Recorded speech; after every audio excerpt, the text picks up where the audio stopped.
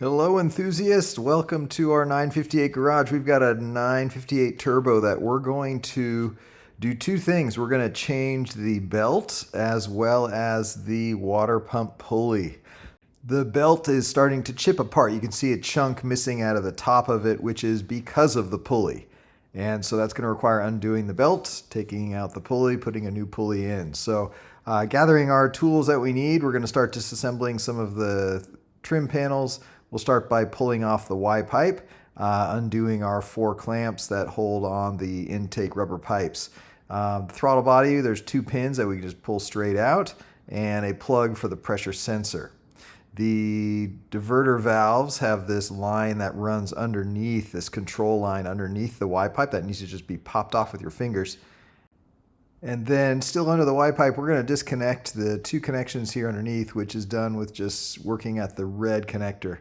We're going to use an 11mm combination wrench, which fits perfectly, and you just press with some even, firm downward pressure, and that will pop off both sides of this. So there it went. So they both popped off, and here we see it loose off of the Y pipe.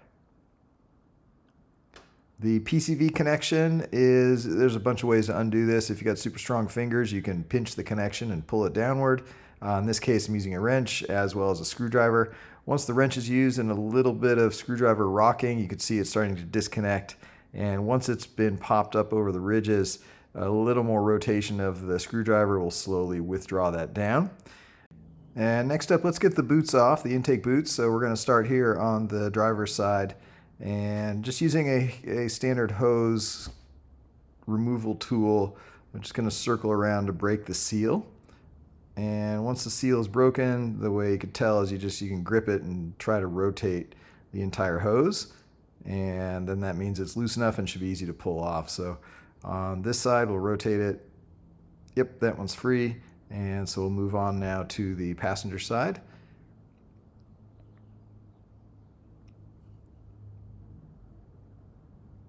And using the hose tool, we can actually slide off. These are flexible enough that you can actually slide it all the way off the hose and then angle it so that it's off entirely. And so you can see how using some finger pressure here and rotating it around, we can just pull this off to get it off of the plastic intake pipe.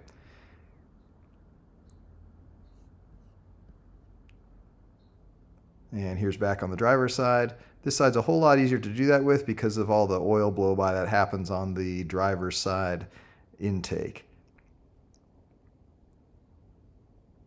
And here we are completely disconnected now. This one, because again of the oil, it's pretty easy to pull the whole thing off, which makes it a lot easier to get everything out. So withdrawing the Y pipe, it's a rotating motion, so it'll slide off of the throttle body, but then you need to rotate it up towards you as it comes off. So the part near the throttle body is going to rotate upward. While doing this, keep checking the underside to make sure that you're still disconnected from the lines that are underneath. So rotating it up and around, off it can go, and that was pretty easy. So it's a little bit of wrestling to get it off, but here we are. Y pipe is off.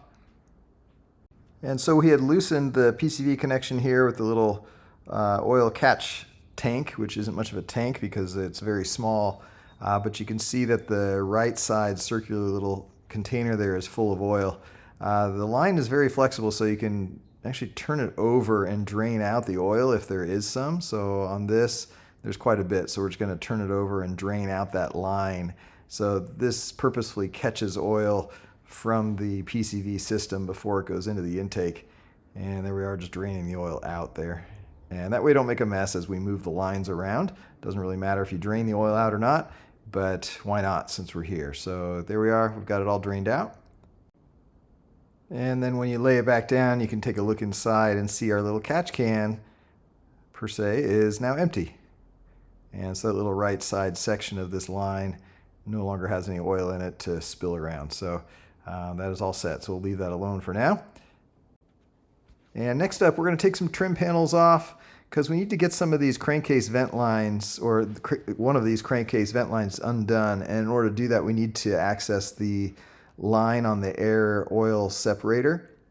So we're going to undo this trim panel on bank 2 on the driver's side and that will expose the vent line that goes to the air oil separator. So once the little screws are off, we can pop off the 2 connection points now and take this little trim panel off to now access the line underneath it, which is what we want to remove. So the dirty line under here coming from the air oil separator is what we want to disconnect at the separator itself. So now we have access to that, and we have a little more movement with that panel removed. So we're going to pull the line off the air separator there, air oil separator, and then the other end of this Cayenne actually has a hose clamp on this connection. Most of them do not. The hose clamp's not needed, but we're going to undo this hose clamp on the other end of this vent line.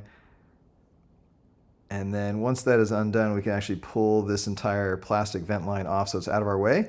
And it gives us room to do what our next operation is, which is to undo the belt. So once that is out of there, now it's not going to be in the way. So when we put our big wrench on the belt tensioner, that belt tensioner lives way down in there. We're going to see it here once the light shows up here.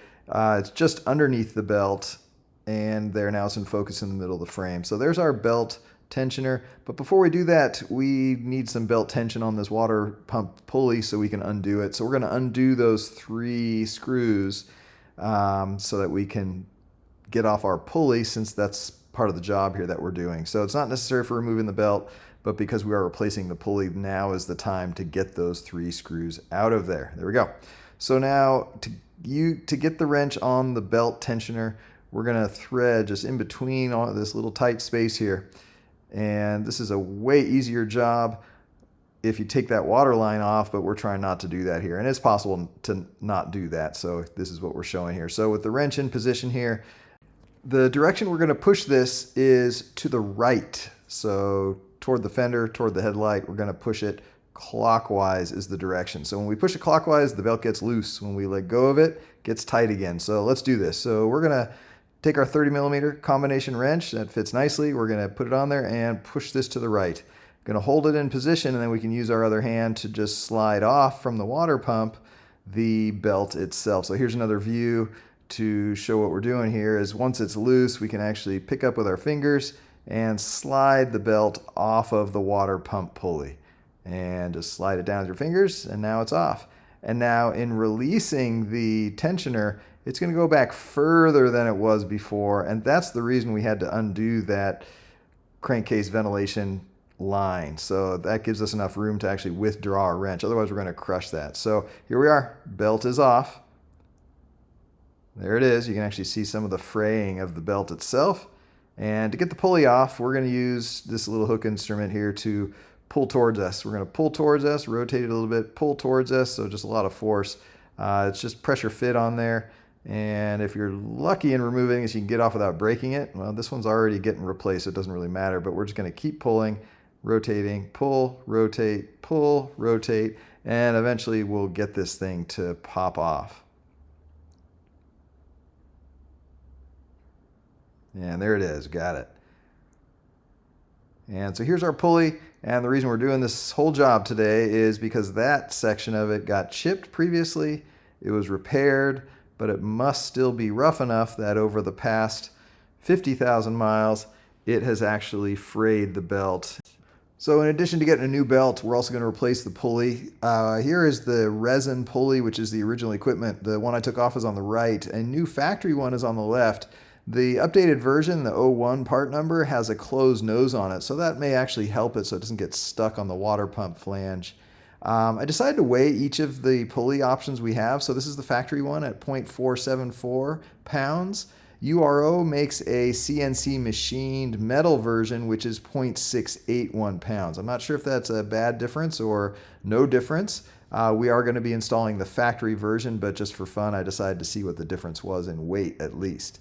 So in continuing along, in order to get the belt out, the connection we need to undo is this little wastegate connection line that has a connection that's a pinch connector to undo. So here it is, this little white line on the front of the driver's side of the engine. This is looking down at it. What we're going to need to do to undo it is to pinch the front and back sides of it. That will release the little catches so that we can withdraw the connector. So here it is. After we've pinched it, held it, pulled it apart, This is it disconnected. And so with this disconnected, the belt actually cuts through that line. So we need to have that disconnected so we can get this belt out. So the belt removal process is just a big messy process of undoing this, threading it around. But the easiest way I've found to do it, if you're going to keep that water line attached, which we're doing in this case, is to pull it out the driver's side of the car. So moving it to the right side is where this is all going to head. So here it is coming out the right side of the engine compartment underneath that water line. And here we have the belt out. So once we've fiddled with it, gotten it out, you can see the fraying that has occurred due to the pulley being rough on that inside part from that chip repair that was not effective. So here are all the pieces missing. This just isn't a reliable option here, so that's why we are replacing this belt. So here it is, you can see it all undone. This is the replacement part. This is the original equipment manufacturer, Continental. And how do you put it back in? Well, here's the picture to follow. And so just going the same way that we did before, we're going to thread this thing in from the driver's side, the right side that we're facing, to get it in. I tend to like to put it on the crank pulley first and then go from there. That's my routine. And so here it is in. New pulley is in as well. That's the factory new pulley. And once that's in, we now need to reconnect some of the lines we've undone. And so that includes that little small wastegate activation line or control line. And so that's pretty easy, just lining it up with your fingers and giving it a little push so it clicks back into place. And so that's the one line we need to do. And then we're back to putting our vent lines together. So this is the air oil separator, the oil drain line or the catch line. That's got to get put back together. Once we put that vent line back on, now we can cover it back up with the trim panel that covers over the coils. So we're on the home stretch here. Getting the belt in and out is truly the hardest part. So once we've done that, it's just putting these trim panels back on. And this little connector piece here that holds the wastegate control lines, it actually snaps it into and holds on to the fuel tank vent line, which then holds on the underneath of the Y pipe. So getting this all arranged, you may have noticed, and if you're watching closely, there are two broken holders, hose holders. We're going to replace each of those. This one is for one of the wastegate lines. This is a coolant line, the vertical return line. So we've replaced each of those parts. These are the part numbers here in case you're wondering which ones those were. So we use some of the factory pieces, new pieces to hold those together. And now it's just getting everything back together the same way you got it off. And so Y pipe goes on in the same rolling motion that has to roll into place to be able to hook the lines under it. While you're pushing it in place, just need to make sure that the underlines are not getting pinched, make sure they're not engaging at the wrong time. So just keep checking under as you're pushing everything together with both hands. The connection under the Y pipe, you don't want that to come together yet until you know you've got it all pieced together properly. So that stays off until we get everything else on. So here we are putting the rubber connections on the Y pipe onto the intake pipes here. And again, this side's the easiest to do because it's usually a little bit oily. And just want to tilt the Y pipe so it's level and line everything up. And we'll tighten those clamps. Here is the connection underneath the Y pipe, so it's just a matter of getting it in position so that you can push it up into its spot. It takes a little bit of force and it has to be done straight. It can't be at a tilt, otherwise it won't fully engage. So usually using two hands is the best way to do that, just reaching underneath the Y pipe and giving it a firm upward press, but evenly, so kind of walk it into position. It's kind of hard to tell if you've done it right. It's a good idea to mark that middle post beforehand. So see how there's the white mark on there, the little paint mark in the middle. This is what it looks like when it is fully seated. And so it's a good idea if you're not used to looking at these to mark that so you know you've driven it home. So rest of the connections here, we're going to tighten up the hose clamps on the intake pipes. And so these are done first with just a little screwdriver type tool, and then we're going to use a ratchet to make sure they're nice and tight. These plastic pipes are metal supported where the hose clamps go on, so you can get them quite tight and you don't want them leaking. The throttle body mount to the Y pipe, if it's in position, you should be able to just push these posts straight down. So just make sure you wiggle it, and there you go. So it doesn't take much force to get those driven into place. it's kind of nice to mark them so you know where the little lines are to line them up in the future so you don't break them. They don't necessarily need to be turned and locked because they don't fall out of place, but those are in their spots. The little trim panel goes back on. And we've done it. Next step is to start it up, and then it's a really good idea after you start it up to check and make sure that the belt is seated properly. We did it. Thanks for watching another episode of The Action in the 958 Garage.